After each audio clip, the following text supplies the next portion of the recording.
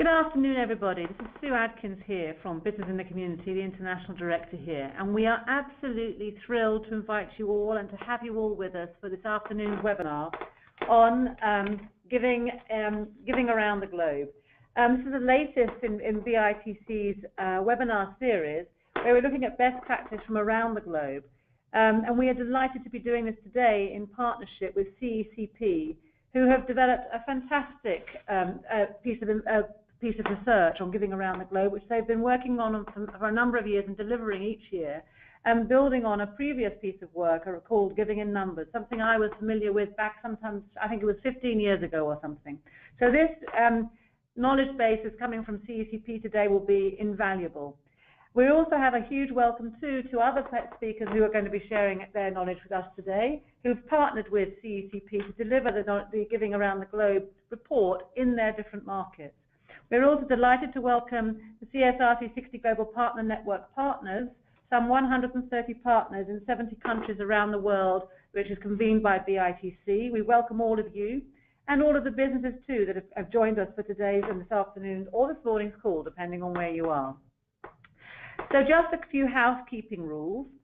First of all, if you could make sure that you've muted yourself on your phone so that we can reduce the feedback on the webinar.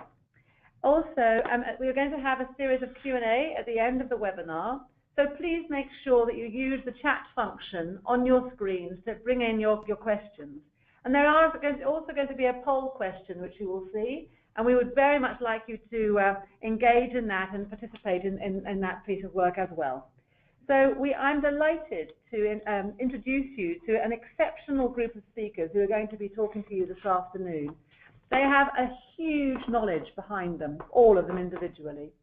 Carmen Perez, who's the Director of Data Insights at CECP. I've known Carmen for several years, and she has an incredible depth of knowledge in this space. And she works very closely with Andre, who is in her team, and he'll be sharing insights from CECP's work in America, from North America's insights. Nick Rocky. Fantastic to have Nick on the call. Nick has been involved, we've been working with Nick, or we've been very supportive of Nick in Trialogue for a number of years. And he has over 15 years experience in a fantastic publication that he produces in South Africa called Trialogue, which is, again, hugely insightful with great depth of knowledge.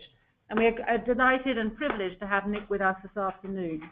We also welcome Patricia Loyola, who's the Director of Management and Communications at Comunitas, an research organization in Brazil, who's been a partner of CECP in delivering some really interesting insights from Brazil, who again, incredibly innovative when they're looking at this whole agenda. And then, unfortunately, Sandra Anani, who was due to join us from Abu Dhabi Sustainability Group, she unfortunately can't be with us this afternoon, but we are delighted to welcome Lex Barger. Thank you very much, Lex, for standing in at such short notice. We really appreciate you joining us. We're going to hear from people from around the globe and hear insights and data from around the globe, so we'll be able to compare and contrast the different approaches in our different markets. And there will be time for Q&A at the end of the various contributions. And so please don't forget to use the chat function and share your questions with us as we go through the presentation. From our point of view at Business in the Community, as I've said, we are very keen and excited to welcome the CSRC 60 Global Partner Network, 130 independent organizations from around the world, about 70 countries around the world, all of whom are working and leaders in their markets, leaders in corporate responsibility and sustainability. So they enable you to act locally, globally. For those businesses that are on the call, please do get in touch with the CSRC 60 Global Partner Network, because they're bound to be able to support you in the markets where you're operating. And again, as many of you may know, in the community, we run a couple of programs directly through our partners. One program called Give and Gain. And Give and Gain is a program, it used to be a program focused on one day of collaborative volunteering around the world. And today it's a collaborative volunteering not just on one day, but across the year. We are very excited to have this program running in some 20 countries during 2017. And we're also excited about our Engaged Key Cities program, which has been running for many years now, operating in almost 30 cities around the world, And again, looking at collaborative employee volunteering in particular cities around the world, which have brought together businesses and other stakeholders to make sure that we really address some of the CSR issues that are prevalent and pertinent to that particular market. So without further ado, I would like to introduce Carmen Perez, who has, as I said, incredible insight as a Director of Data Insights at CECP. Carmen has been working in this space for a huge amount of time, but she's still very young, of course, Carmen, and has a great knowledge. So I would like to pass over to you, Carmen, to introduce us to the Giving by Numbers. Thank you. Thank you so much, Sue. And of course, we have to begin by thanking you, BITC, and the CSR 360 network for bringing us all together today. CECP is coming to you from a gloomy New York City morning that started with a bunch of rain, but we're hoping the sun will peek out. And I am here to just introduce CECP and try to give a overall scope of what we'll cover today from some of the research. As we said, the theme is really giving around the globe. So to begin introducing CECP, I think every organization has its story, and ours begins actually with an American actor and philanthropist, Paul Newman, in the late 90s, getting together with some CEOs, also here in New York City, and uniting around this belief that corporations can and should be a force for good in society. While CECP has evolved much since those days, nearly 2 decades now, that core belief still influences and guides our vision of being the CEO force for good. Just a couple quick things if you want to remember anything about CECP. It's that we focus a lot on serving large companies, their abilities and structures to execute on societal engagement programs are differentiated because of their scale, and we think that it's important to bring them together in a venue like this. So all combined, CECP's coalition of over 200 companies is US $7 trillion in revenue. Another thing you can remember about CECP is that we do connect with their CEO. In over 150 of those companies, the CEO has actually signed their name to our mission of creating a better world through business.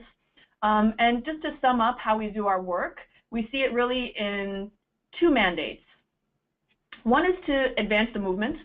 So how can corporations be an ever greater force for good in society? And secondly, how can we support that? So CECP supports companies' social strategies in a variety of different ways. The one here that we really want to zoom in on, though, is the research component. So the department that's represented from CECP for this call today is our data insights.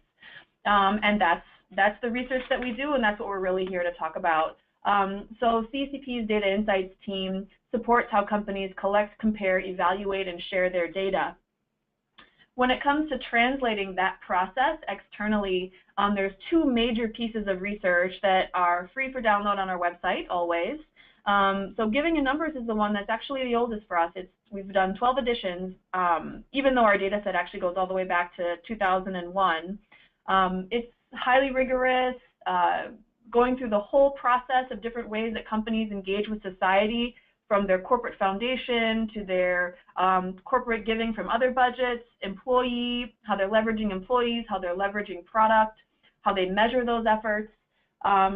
We would say from soup to nuts, essentially, in their societal engagement programs.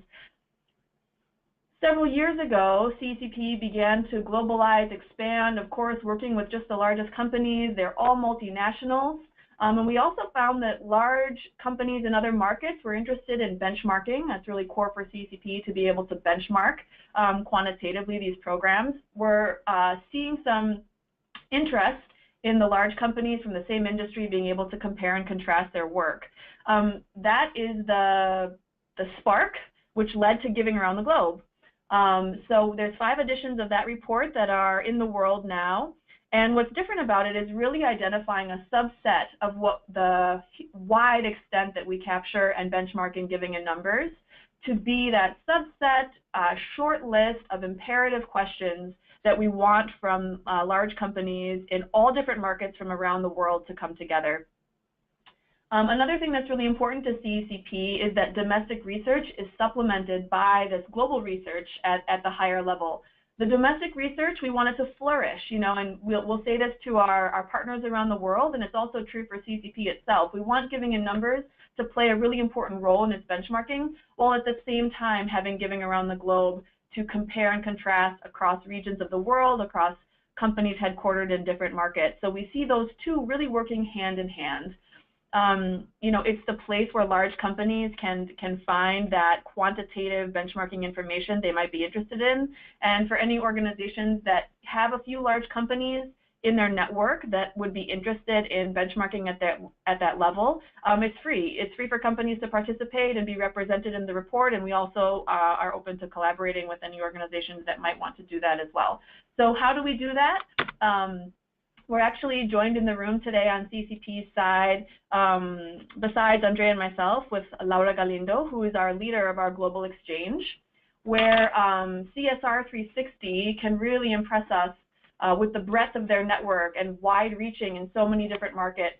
The global exchange is slightly different in the sense that, as opposed to breadth, it's about depth. So we have this network of organizations which seek to exchange insights, exchange referrals, cross-promotions, and even more importantly, what are best practices and innovations that they're seeing in their market. And we're always trying to translate that back to our companies to make sure that they can advance and innovate based on what they're learning from different countries around the world. So the Global Exchange also has different domestic research, as we've mentioned, and we're here to hear from a couple of them. We mentioned it's 5 years for Giving around the globe. It's actually kind of exciting to also celebrate that the two from the Global Exchange who are speaking today also are celebrating anniversaries. Comunitas from Brazil, which actually, when they kicked off their research, they used CECP's measurement structure as sort of a model that they could customize and then offer in the Brazilian market. And they're 10 years in their research, so we'll look forward to hearing from Patricia. And then in Trialogue's case, their research, they led this research. Now it's actually the 20-year anniversary of their report, and as I understand it, they're actually changing the title. So it was formerly the Handbook on Corporate Societal Engagement is now focusing more broadly on the role of business in society. So we want to celebrate both of those milestones for these organizations, and we're really excited to be able to compare and contrast and learn what's the same and what's different across regions and countries. And with that, I'll actually hand over the mic to Nick Rocky, Managing Director at Trialogue, who Sue has already introduced so well, and we just have immense respect for Nick and the whole team at Trialogue and what they're leading and driving some big impact in South Africa. So we'll hand it over to Nick. Thanks very much, Carmen. Yeah, if you can go to the next slide. You can just change slides. Thanks, yeah.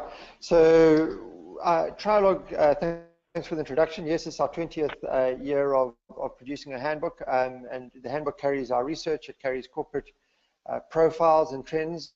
We're producing a knowledge hub that's new to us. We've only got it going this year, which is a digital source, very topic specific, so looking at maths and science or school leadership, and that's under development. We've got a few sites up and more to come. And then we run a conference, we run forum discussions, and we offer advisory services to companies, typically around strategy or going out and reviewing programs and the impact that the investments have in communities. Our research, I think Carmen touched on that. We've been going at it for a long time. We've developed questions, some of which we benchmark year on year, like expenditure and investment into various sectors. And we couple the corporate research with NPO research, and we often mirror questions so we can get a perspective of how companies are investing and how NPOs are experiencing that investment. And the questions, we don't always repeat the same questions every year.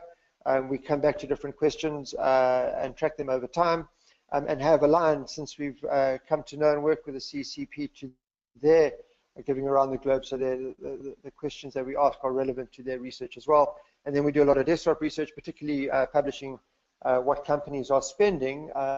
So there's a quick reference tool to you know, what the investments in social development look like. Next slide, please. So some trends that we picked up just on the last 5 years, and we could have gone back further on expenditure. We're actually seeing in the last 5 years a a decline of a very minor decline in real terms. This is based on our estimates. Prior to that, there was quite significant growth, but we've had our economy has been rather sluggish in the last while. The mining sector that spent significantly in CSI has declined in terms of its impact. So we've seen as a result a slight decline in expenditure. We don't anticipate that will last. We think that that will turn around. From a development focus point of view, we've seen that investment in education continues to attract the lion's share of corporate money. Given our education system and elements of it that are quite dysfunctional, corporates are really investing in trying to change that, either at a systemic level or just at a local level, but getting involved in real educational type issues. And then 48% of company money goes into that space.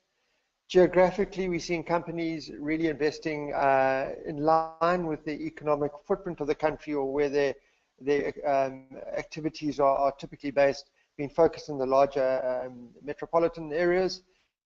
And that, I think, is to be expected.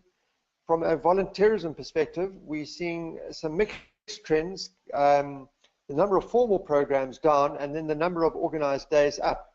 Formal programs down, possibly with companies making it less of an isolated formal program and integrating it more within the business and within HR structures. Volunteering days up. We have a day called Mandela Day, where individuals are encouraged to give 67 minutes on a particular day of the year in recognition of Nelson Mandela, who fought for social justice for 67 years. So that it's very popular, and a lot of companies get involved. So we've seen a lot of participation in that space. In terms of motivation for giving, we ask from time to time for companies to list the 3 most popular reasons for giving. The moral reason or rationale for giving remains the most popular choice. It's possibly on the grounds that those in the employer companies often recognize or come from communities that they'd like to give back to, and we live in a country with very diverse income brackets, so giving back is important. The reason around reputation or compliance, we have seen marginal increases in that, so companies do seek to gain from their giving, and the slight increase in those in that rationale. Non-cash giving has been fluctuating around 10%. We would expect that to probably go up, but we haven't seen it increase. It's been 10 to 12% for the last 5 years. And from a budget determination point of view, most companies here base their budget determination on 1% of profit after tax, which is specified in our BE codes, which I will touch on later. Go to the next slide, please.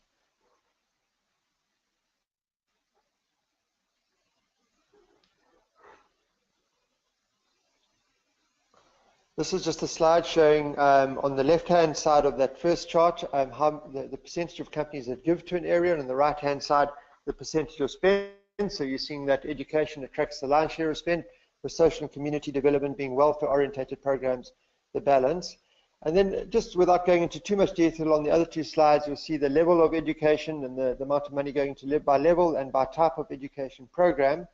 And you'll see that over 2/3 of education, over 1/3, apologies, goes into tertiary education. That on the back of a Fees Must Fall campaign that's been running in our country, where there's pressure to reduce fees for tertiary education, but also companies are closest to students rather than early childhood programs, and that remains a popular form of support, often through bursaries, scholarships, sometimes through infrastructural investments. Go to the next slide, please.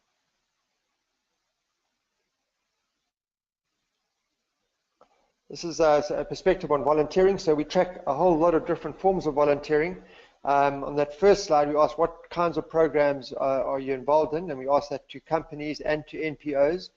And you'll see that companies' most popular form of program is company organized initiatives, and that would be typically a volunteer day.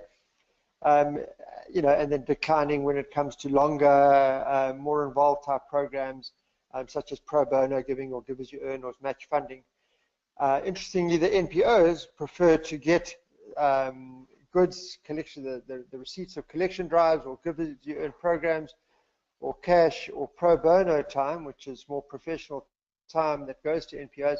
but they don't really like a lot of volunteers descending on them. That's the least popular, whereas the most popular for companies, the least popular for NPOs.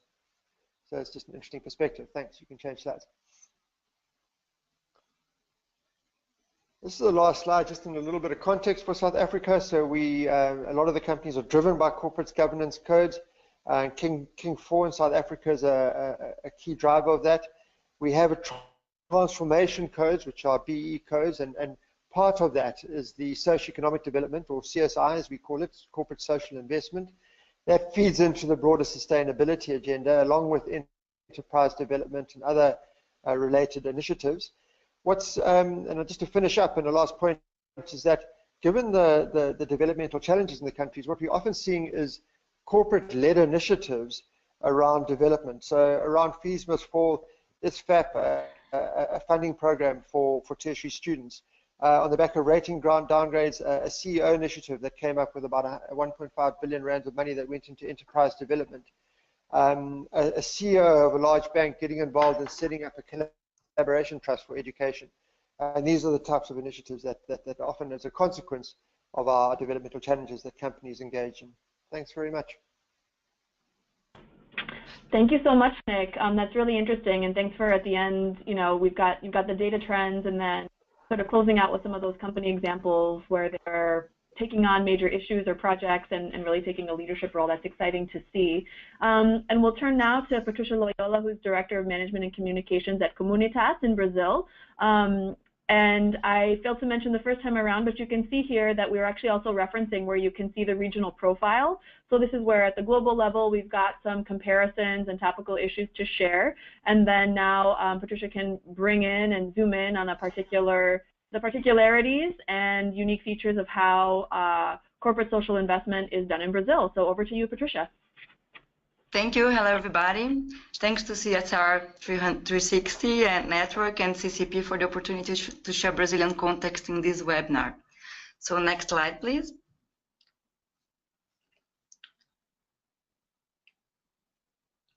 Comunitas is a civil society organization that since 2000 it's contributing to qualify the corporate social investment in Brazil.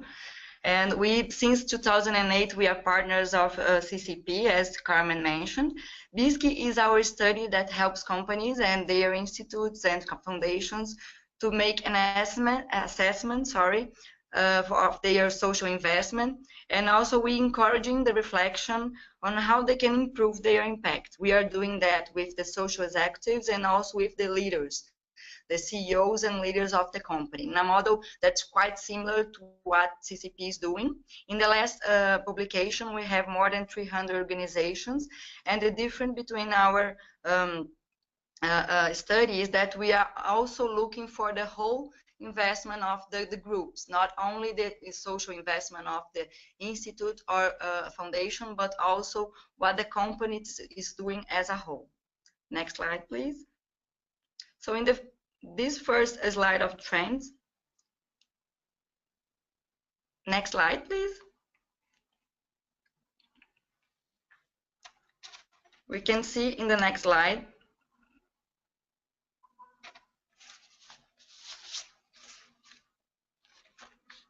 Hello, Laura. May you hear me? Yes. Do you Are you hearing? Oh. You can go to the next slide. Yeah. Yeah, this one. Thank you. So we have here we have here the last 10 years of investment, 9 years actually, and despite the crisis, we can notice that the investment of companies are maintaining. They are actually. For the last 10 years, we noticed a growth of 35% of the investment. And it's interesting to see in the first graph the evolution of the social investments and also the difference between the behavior of the investment of institutes and foundations and companies. If you look to the line, the below line, we can notice that it's more linear, the investment in the foundations, since we believe that they usually have more tight projects and budget than the companies. So here we have the comparison in the last year, 2015.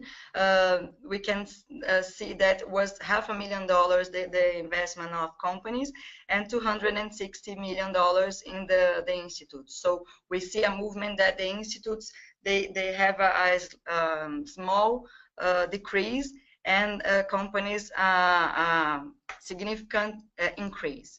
And the comparison between BITC and CECP regarding the social investment profit and the gross profit, the proportion between the social investments in the gross profit, it's worth noting that in Brazil we have it a higher percentage than of the North American companies between 2009 and 2013. Here we have the comparison in the last 9 years of social investment proportion and gross profit. Next slide, please. So in recent years, and looking back to the 5 years back, we have not noticed a significant change in the focus of the investment. So education and culture is always at the top of the list, but worth highlighting that education is a priority area for institutes investment, and culture is a priority area for companies, as you can see in this pizza charters, that we have a major proportion of institutes investing in education, and the opposite, on the other hand, more companies investing in culture. We also have it here in Brazil, some social benefits to invest in culture, some incentives that companies receive. Next slide, please. So about volunteering, we can see that in the last 5 years, the percentage of professionals engaged in companies has increased from 8% to 10%, as well the companies that are doing some kind of program, structured program of volunteering. And it's interesting to compare that to the numbers that Nick just showed. We have now, in the last year actually, 94% of the companies that present at least one kind of volunteering program. When we look to the kind of programs and activities that they are managing, we have noticed that more companies today are allowing working hours to volunteering, which I believe it's related to an increase of skill-based volunteering in relation to the hands-on. We have much more professionals working on expertise volunteering, and less in a working day or doing specific actions that are not so structured. And it's also related to the movement of the business aligned with the social action of companies. And the next slide, please. The last one, and a fresh information for you. May you change for the next slide, Laura, please. We have here the perspective of the SDGs. This comparison is going to be part of our next BITC edition that's going to be released in a couple of weeks.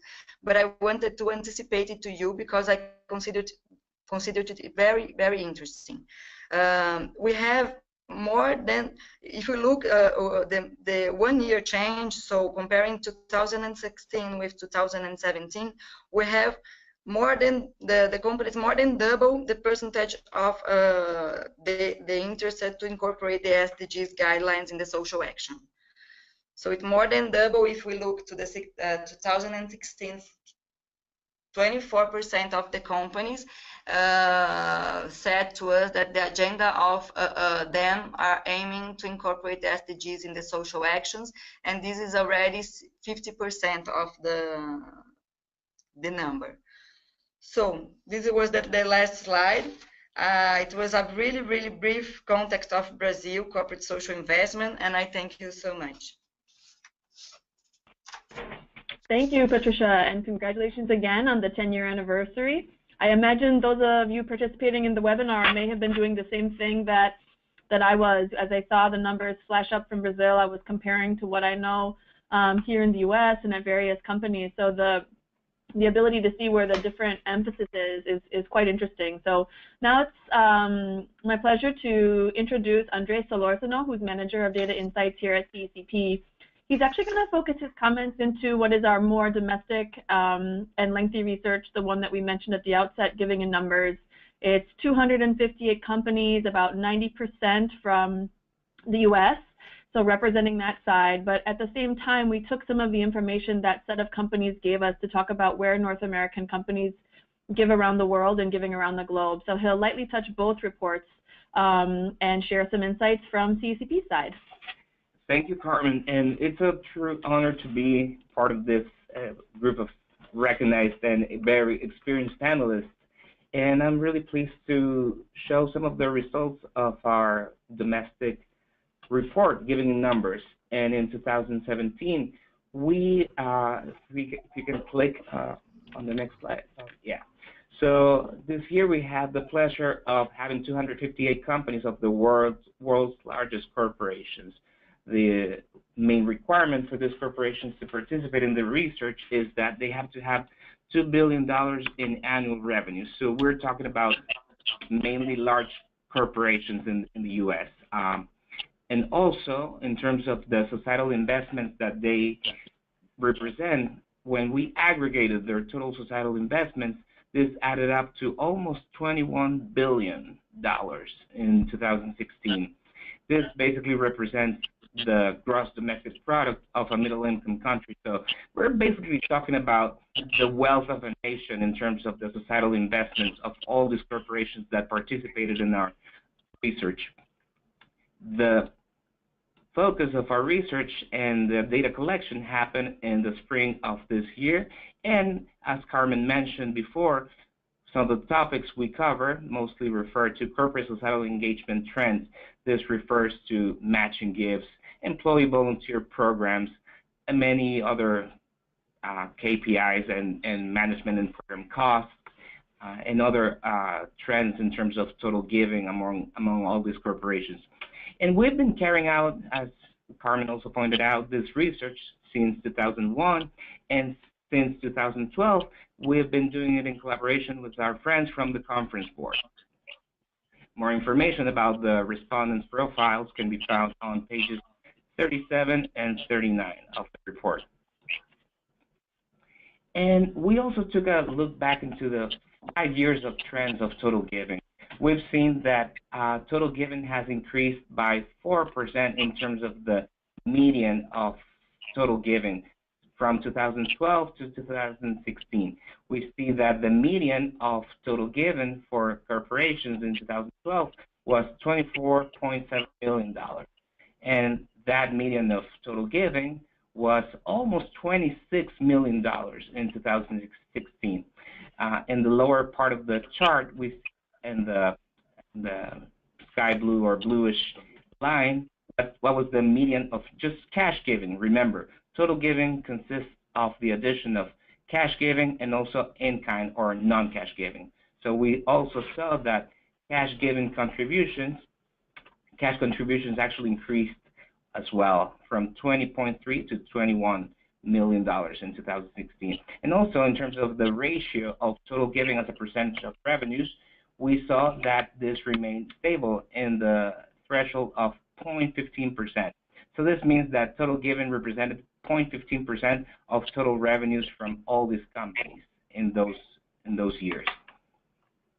It's important to mention as well that when we do analysis across years, we do what we call a match set of companies.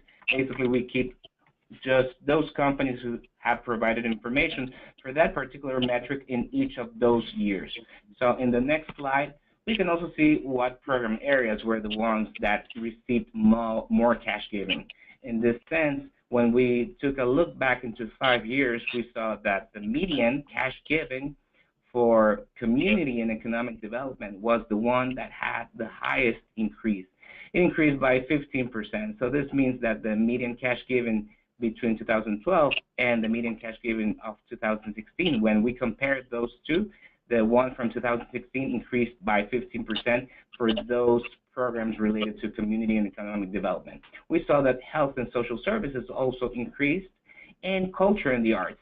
And this also goes along in the same lines of the finding we had in our latest research of giving numbers. We saw that culture and the arts has been receiving more societal investments in terms of cash giving, since companies are realizing the importance of culture and the arts as a way to promote social well-being among their communities. Also, we saw that disaster relief has been decreasing, but we expect more societal investments in the upcoming year, given the latest natural disasters our region and the world has been being affected by. Next slide. And yes, more information can be found on page 12 of our Giving Numbers report. Also, we want to take a look back into the latest trends in terms of volunteerism. What we have on the right-hand side of the slide is the volunteer participation rate. In other words, what was the percentage of employees who participated at least 1 hour on company time in any type of volunteering activity. So this percentage has been going up, and this is consistent with the findings we've been seeing over the course of the last years. In this look back into 5 years, we saw that the volunteer participation rate went from 33.7% in 2012 to 40% in 2016. This keeps going and keeps going up. And also on the left-hand side of the slide, we saw and we made a comparison between the last years in terms of which domestic volunteer programs have been offered the most. Basically, we have here the percentage point increase in terms of the offering of each of these domestic volunteer programs. And we saw that those programs related to offering particular set of skills from employees have been the ones that increased the most in terms of offering. Pro bono service and board leadership were the ones that had the highest increases in the offering, domestically speaking. These programs relate to the application of particular set of skills and commitment from employees into different causes. Also, we saw that paid release time had a strong increase in terms of the offering. And along those lines, in Giving Numbers 2017 edition, we saw that those programs related with some type of flexibility in employee schedule were the ones that have been also receiving more offering. Next slide.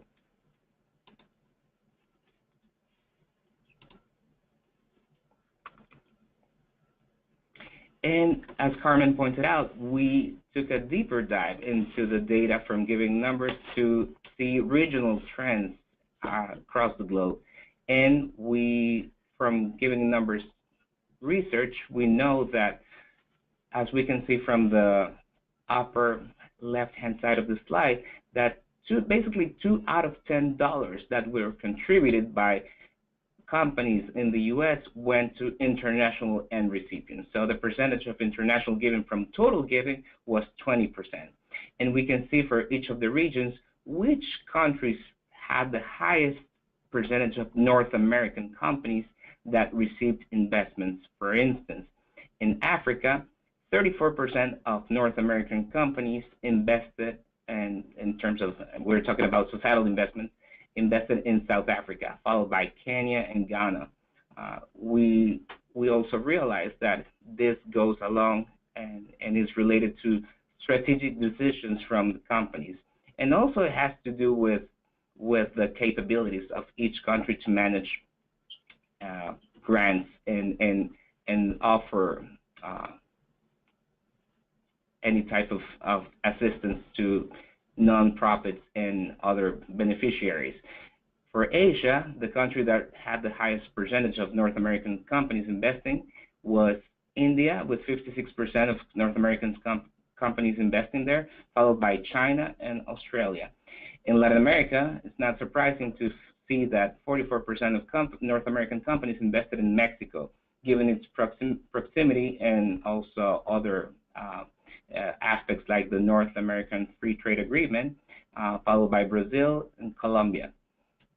In terms of Europe, we saw that 6 out of 10 North American companies had some sort of societal investment in the UK, followed by Germany, and surprisingly, well, not so surprisingly, but Ireland was the top 3 in Europe in terms of the percentage of North American companies investing there. We know that some tech headquarters have moved into Ireland, and there are different other reasons why North American companies can have interest in following societal investments there as a way to expand and maximize their contributions. And that's pretty much what we have from our 2 latest research that were recently published in October. They can be accessed publicly on our website. Thank you. Andrea, thank you so much. That was, and everybody, thank you so much for your contributions so far. They have been so deep and insightful. It's really good to see and compare and contrast the different insights from different markets around the world. And that brings us nicely on to Lex. And Lex, thank you so much again for standing in for Sandra Anani, who is unfortunately unable to be with us today. And we really appreciate you standing in. And we very much look forward to hearing from you about the approach that you take in Abu Dhabi and how the Abu Dhabi Sustainability Group has actually looked at this agenda of corporate responsibility inside the country. Please, over to you, Lex. Good afternoon, or good morning for some of you. Thank you for having me. Just to introduce myself and Sustainability to Action, my name is Lex Barber. I'm the Project Coordinator for Sustainability to Action. We are a corporate social responsibility and sustainability organisation. We're registered in the United Arab Emirates, the UAE, and we do a lot of work in the Middle East. However, myself and some of my colleagues split our time between the UK, where we also have interests, and the Middle East. So Sustainability to Action specialises in 2 main areas that you can see on this slide here, which is primarily the communication of sustainability issues in a way that really engages people and makes it exciting and easily accessible, and hosting and managing events in sustainability with real social impact. And part of that we work on is with the Abu Dhabi Sustainable Business Leadership Forum, which is part of the Abu Dhabi Sustainability Group. If you move on to the next slide, please, Laura, I can give you a brief introduction to the ADSG. So the ADSG is a partnership initiative to really champion sustainability across the whole of the Middle East, not just in the UAE, but in the surrounding countries as well. Initiated in 2008 by the Environment Agency of Abu Dhabi, it's grown quite a bit since then and now has 49 members representing a variety of key sectors throughout Abu Dhabi and the UAE. The commitment of the group is to adopt the best economic, environmental, social sustainability practices and to publish an annual sustainability report which explains the approach that's been taken, as well as evaluating kind of environmental, economic and social performance throughout the companies that are involved. If you can move on to the next slide, please, Laura. So this slide, very basic, just covers off the 3 areas that I'll be looking at today. So that's corporate benchmarking, employee and volunteer programs within organisations, and the CSR law in the UAE. And this was mentioned in the Giving Around the Globe report. Could you move on to the next slide, please, Laura? Thank you. So in terms of corporate benchmarking, you'll see here a snapshot from the Coutts 2016 $1 million donor report for the Middle East region. For those of you that don't know, Coutts is a global bank and wealth management company. They have a very good reputation. This is a really well-regarded report. It tracks the number, size, scale, and destination of donations made by individuals, foundations, and corporations throughout the region. So this is just a small snapshot of that report. And you can see here that 40% of the gifts made were by individuals, 10% by foundations, and 50% by corporations. The overall value of $1 million giving in the Middle East region increased dramatically back in 2015, thanks to one mega gift of $32 billion US. And this was made by one individual. But a total of 20 donations that were worth $1 million or more were identified in these countries throughout 2015. So the combined value is more like $34 billion US in that year. Needless to say, most of us don't have that kind of money to be throwing around, so most grants were below the $2 million mark, but 3 mega gifts made up 99% of the total value, so those individual gifts are extremely valuable. Continuing the trend from 2014, the highest number of gifts did come from the United Arab Emirates, and that made up 70% of the total number of donations, but less than 4% of the overall value. And this is mainly because Saudi Arabia gave the second highest number of gifts, which was 15% of the total number of those gifts, but that made up 96% of the value given.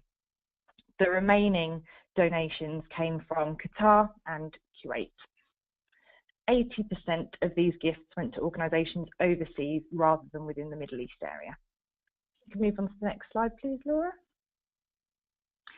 So the UAE Year of Giving is something that was promoted by the authorities and the government within the United Arab Emirates for 2017 to really promote corporate social responsibility, volunteering, and serving the nation, and really, as was covered earlier on, making sure that businesses and corporations are a force for good. So the 2017 has seen some absolutely fantastic sustainability and CSR initiatives throughout the region, and has really led by example for all of the countries around it. So CSR is becoming much more strategic, much more operational as a result of this Year of Giving initiative, but certainly doesn't seem to be slowing down anytime soon. It's really inspired the nation, which is fantastic. So this was announced back in December 2016, and it was His Highness Sheikh Khalifa bin Zayed who declared this as the Year of Giving to promote this real culture of giving back to communities within the United Arab Emirates. And it consists of 3 main pillars, which are promoting CSR for corporations, introducing a culture of volunteering and helping others as second nature, and emphasising the value of working within communities and serving the nation. So in terms of this, from a corporate perspective, the private sector have been working with government institutions to support philanthropic giving, such as human relief work, which is locally, regionally and globally. So by all means, the culture of responsibility that's happening isn't just for within the UAE, but it branches out further afield. So targets have been set for corporations, and the private sector is embracing the initiative, setting a good example and really running with it. If you can move on to the next slide, please, Laura. So this demonstrates some of the employee volunteering that we've seen as a result of this Year of Giving. And I've split this into the typical types of volunteering within the region. But to talk through some of these, which have just been fantastic, and companies have been collaborating with blood banks to have blood drives on corporate premises, allowing employees to volunteer their time whilst they're in work to donate blood. There's been general maintenance work happening for community groups in local areas, such as wall painting, landscaping, relocating health and welfare organisations, helping with housing projects and that kind of thing. There's been clean-up and recycling initiatives, and that's worked tied in quite well with initiatives and campaigns such as Earth Day and Clean Up the World campaign, and that's included cleaning up streets, deserts, beaches, waterways, parks, anything you can think of really. Working with those with disabilities, employees from several corporations have been working with those with physical and mental impairments, and the health sector has also been supported a lot by volunteer efforts, which has been fantastic. To give you an idea of how big some of these schemes can be, it comes in a great deal of sizes. So smaller organisations can send a team of 3 or 4 to go and help for the day, whereas big corporations have really got behind this in a grander scale. So Abu Dhabi Airports, who we work with quite closely, have now made their blood drive initiative annual in cooperation with the Abu Dhabi Blood Bank. And the blood bank come into Abu Dhabi Airport's headquarters, and more than 100 employees donate each day that this is open, which is fantastic. Since this has been launched, the airport corporation have seen not just airline staff, but also those working security, baggage handling, for the police force, and for the shops and restaurants within the airports as well, all getting involved, which is just fantastic.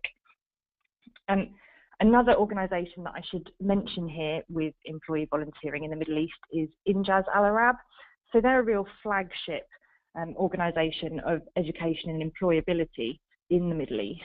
And they now span 14 Arab countries involved, and they encourage their corporate volunteers to give presentations, hold workshops, mentor teams, and judge kind of competitions between corporations and smaller businesses as well in their CSR efforts. Injaz Al Arab can now have over 22,000 classroom volunteers from the business world involved in their volunteering. So as you can see, it's really gone on a grand scale, and this is fantastic to see. If you could move on to the next slide, please, Laura. Another project that I'd like to mention here is Impact 2030. So this is a global private sector-led collaboration which has been created to kind of mobilise corporate volunteers with the specific objective of achieving the UN Sustainable Development Goals. And back in 2014, the Ritz-Carlton Hotel Company was the first founding partner, and from here it's grown onwards and taken on, you know, hundreds, if not thousands, of volunteering projects across the globe. In Dubai, we've seen on a smaller scale, but still fantastic input, we've seen 3 schools pilot a global volunteering program for Impact 2030. And this has been in partnership with DP World, PwC Corporation and Linklaters to pilot the world's largest lesson, which spans 3 schools in Dubai and has placed company employees into the classrooms. And that's been a real success. So it looks as though that will continue through the newly launched Employees for the Global Goals resources, which is fantastic. And then finally, just to briefly summarise the new United Arab Emirates CSR law, which, as I said before, was mentioned in the Giving Globally report. This was announced back in June, and the idea of it is really to take the impetus that the Year of Giving has given companies in the UAE and continue it further. So companies based in the United Arab Emirates will be encouraged to allocate funds to CSR initiatives and to be involved themselves in them in a more practical way than just financial giving.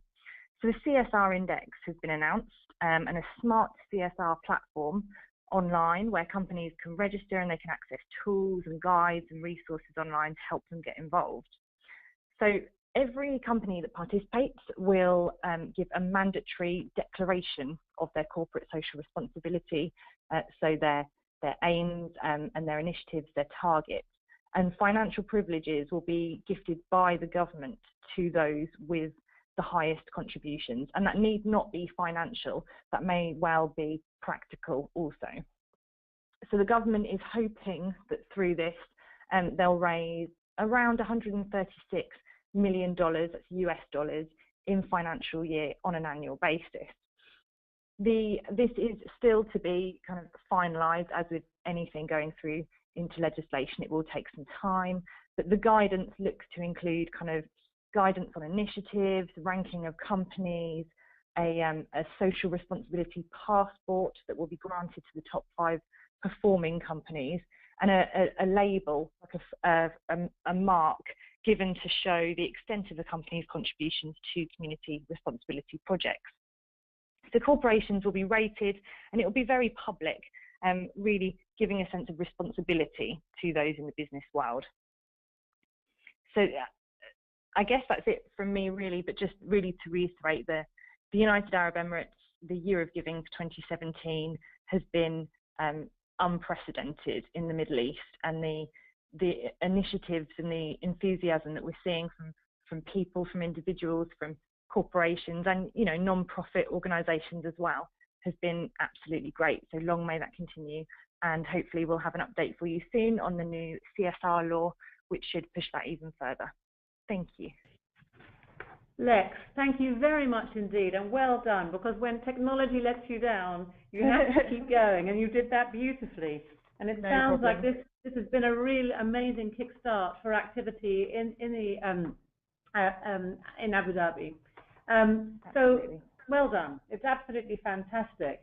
Actually, listening to everybody's talks and presentations, it's been really interesting to compare and contrast the different approaches.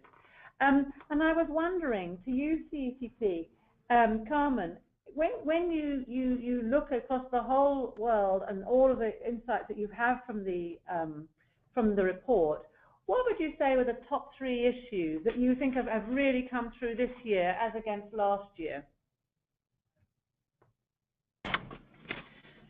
Thanks, Sue. I think that, one of the exciting things about hearing from people directly, insights about trends in the country themselves is so useful to think how the local insights can really drive global strategy overall. But we actually did go through with our global exchange affiliate partners to talk about what would we agree are top trends, and we started that conversation with the organization, highlighting what they heard from their country, and then rolling up what we saw was sort of common across the board. Of course, reporting and regulations are always a big challenge for companies, and that continues to evolve as, especially in Europe, where the law, which was passed quite some time ago now, comes into full effect. An interesting one, I think, has been the role of technology in terms of how it's affecting societal engagement strategies, how digital access is even becoming a social issue that some companies are focusing on, and then even the use of digital tools to upgrade how companies are enacting their societal investment strategies like employee engagement. I think another one is, a few of the speakers referenced how the role of the company is evolving, and advocacy is sort of the term that we were using to say that it's not just about leveraging corporate assets or even these more deeply integrated social programs. It's also, how does the company express its stand and opinion on different social issues? And there's a rise there. So the private sector maintaining historically, neutral role focused just on business, I think is evolving, as well as it's not only about the actions companies are doing on social issues, but also how they're taking a leadership role and speaking on them publicly a little bit more. So those are a few that are top of mind across our global exchange network. Brilliant. What do you hear, Sue? No, I think that's absolutely fantastic to hear, because I mean, when we look across the market and across the world, it's really interesting to see how it does depend. Obviously, the cultural differences, the economic differences, the social differences all have an impact, which is why it's so important to do what you've done, which is pay respect to and look at what's going on locally. I wondered, from you, Nick, from your point of view in South Africa, obviously it's a very different market from the markets of Abu Dhabi and Brazil. And what would you say, Nick, were the key things, standout points that you would really focus on and expect to see growing in the next year or two? I think one of the things you've seen a lot of lately is this focus on shared value or alignment, where companies are really trying to link into their core business. So as an ICT company, for instance, or cellular company, using your cellular phone reach and distribution to make an impact. Likewise in food or banking, focusing on banks, focusing on bottom half of the pyramid access and things like that. They're very much more integrated with the companies. I think one of the trends we've seen a lot of focus on. Another is the measurement of impact. So whereas 10 years ago companies were investing and it was more a grant style investment where companies went and took photographs and logged what they were spending their funds on, but now they're going out there and assisting on trying to do some research and monitoring of how the effect of that funding and learning from that process. Those would be the two standout trends for me. Oh, brilliant! Thank you. Thanks very much. And for you, Patricia, again for you, what would you say the standout points are for you in Brazil? What I see here in Brazil actually is quite similar to Nick's mentioned in South Africa. When we started with BITC, it was almost like something that it's really not supported to the alignment of the business with social investment, and now more and more companies are relating that they are doing that. So it's the share value and the social investment in the core business, and also the impact measurement. This is also this is growing a lot, the importance and the relevance that companies are doing, also because of the alignment with the business. So they are with more structured tools to follow the impact and how it's the outcomes of their investment. Thank you very much there, Patricia. That's very helpful. We are drawing to a close now, and in fact we are 30 seconds over. And there is a key question that we will ask another time, and that's got to be, I think we've all got to be considering, to what extent are the Sustainable Development Goals impacting the way companies are looking at their approach, companies and markets are looking at their approach to corporate responsibility and sustainability. So I think that will be a question for another day. But before I close off, I just want to say a huge, huge, huge thanks to all of you, you the speakers, Carmen, Nick, Patricia, Andre, and Lex. Thank you so much for a really insightful set of presentations, which I think will have the whole audience really thinking hard about what they're doing, where they're doing it, and what they should be doing in light of your insights. So thank you very much for these deeply insightful contributions from all of you. And thank you also to the audience for listening. We've been really delighted to have you on the call. And we look forward to you joining us for future webinars that we'll be running through the CSR 360 Global Partner Network and Business in the Community. We have another webinar on the 23rd of November on human rights. And if you're interested, when we send out the information here, we'll send out the link to you. We're welcome for you to join us for that as well. But meanwhile, thank you very much for joining us, and we wish you a very good morning, very good afternoon, very good evening, depending on your time zone. Thank you very much, everyone. Thank you. Thank you, Sue. Thank you, everyone. With pleasure. Thank you. Thank you.